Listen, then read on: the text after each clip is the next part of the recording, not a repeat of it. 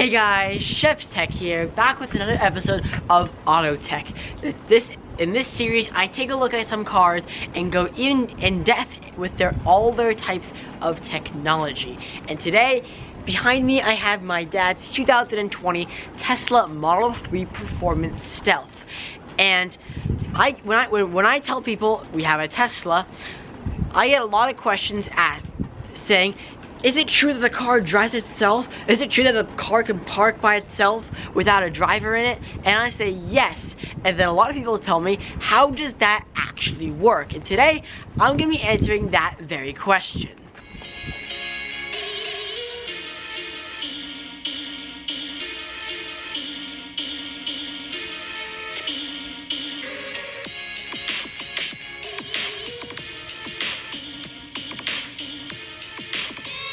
Interested in a full review of my dad's Tesla, I have a car review channel called Shepstech Reviews Cars, where I already reviewed this exact car. So if you're interested in actually taking a look at that review, I'll leave a link to it down below in the description, or just look up my YouTube channel, Shepstech Reviews Cars, and it's like, I believe it's the second video I actually ever posted.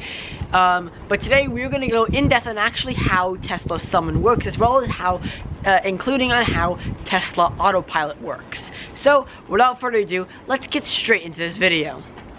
Now, first, a little bit of a disclaimer. Unfortunately, my parents don't believe in the autopilot technology as much as I do, so we didn't get the enhanced autopilot package or full self-driving, which means that we don't actually have Summon on our Model 3, unfortunately. My parents are also not really eager to pay 10 grand for all those ridiculous features in their opinion, even though I would pay 10 grand in a heartbeat. But even though this car doesn't have Summon, that means I can't demonstrate it to you, I can still show you actually how it works, and since this car is equipped with autopilot. So that's just a quick disclaimer, so I won't be showing you how it works, but I'll tell you how it works if this car was actually equipped with it, because all of it is mainly just software. It's basically just a software update, so this car has all the technology already. It just needs to be activated, and you need to pay a hefty 10 grand to activate it. Okay, let's get into how Summon works on a Tesla. Before I actually show you how it works, I'm going to tell you what Summon actually is. Summon, it was introduced on the very early Tesla Model S's, and it was at the future of the time, back in 2012, 2013. Basically, the pitch was from Elon Musk saying that the car can go forward and go back all by itself without a driver. So if you were parking in a tight space, the car can maneuver forward and backward. Nowadays,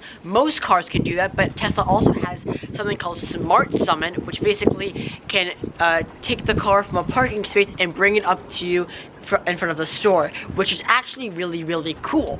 So that's really what a brief overview of what Summon is, but let's get into how it actually works.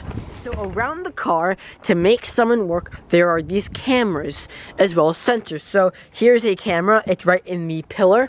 A camera down here, you can see there's this little camera down here, as well as some cameras up in the windshield, so right up there. Coming around the front, there's no cameras. However, we have another camera on this side. These are called the side repeaters. Another camera here. And then one right back here. You can see it's kind of dirty, but there's a camera right back there. As well as there's also these sensors. So there's a couple back here. It's the middle of winter here in Massachusetts, so expect that there is a lot of dust and grime. So they're just on the back, these sensors, and they're also on the front here as well. So there's one right there, one right there, there's one right there, and then one right there. And then also one right there. So these sensors basically help with the Summon as well as with the cameras. So mainly, let's just say that these basically are working together indefinitely. Even when the car is off, these also work as well. When Summon is activated, a command is sent to the car. So Summon would be activated from your mobile device, so your phone or your iPad or something like that. So Summon would be active from there, and it would pop up on the screen inside. So it would pop up with the car, would turn on, and it would shift into reverse itself. So it would also move the pedals. I've demonstrated some on my other channel, Shep's Tech Reviews Cars, on a loaner Tesla Model S. I've demonstrated on there, so if you want to see it in action, go check out my car review channel. But, so the screen would be on, and the car would shift to reverse itself, right? So the car is in reverse, so the backup camera would be activated, as well as these 5 sensors, so 1, 2, 3, 4, 5, 6, so these 7 sensors back here would be all active. So all of these would be working together just in case. So if someone was walking across the street, or if a pedestrian or a tree or some obstacle that would hurt the car, this would sense it. This would tell the car, stop right there, otherwise the car's gonna get hit. So that's what stops the car. Same thing if the car goes to the front. The car uses the cameras, but they're not, like, it's kind of like its eyes. The car uses the cameras, but it's not gonna show it on the screen. But these sensors will still be active just in case if the car comes and hits me. So these sensors would stop the car just in case if the car would actually come and hit me. So that's mainly a brief overview on how it works. But then you have all these questions. What happens? How does it know if there's no driver? Is having a driver more safer? Well, I'm going to demonstrate that all right now. So obviously, if you pop in here to the car, start it, you can see that the car knows I'm actually in the car. It senses that I actually pressed the brake pedal, etc. So I have full control of moving it into reverse, going into drive, and going into neutral, and putting it back in park. So obviously that's simple, right? I have full control of the blinkers as well. So the car knows I'm doing all those things. So, but the car knows that if no one's in the car by the certain command. So if I tell the car summon backwards, it's gonna know, okay, no one's gonna be in the front seat. The car is going to do it all by itself. So if that makes any sense, the car knows when a person's inside and when a person's outside. Inside, controlling it, and when the person's outside, using their phone. They're separate commands. So that is mainly how that works. The question. Okay, so we now know that. Now we know that answer. So then the question comes up.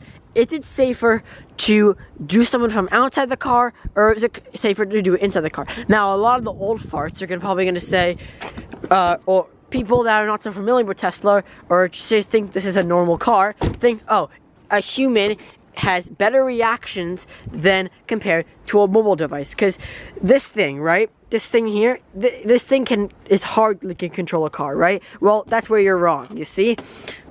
You see that the car knows how safe this is. So Tesla obviously has all this software, so it knows how to react to if it hits a tree or hits a person, right? So for me, obviously the human is a lot safer, right?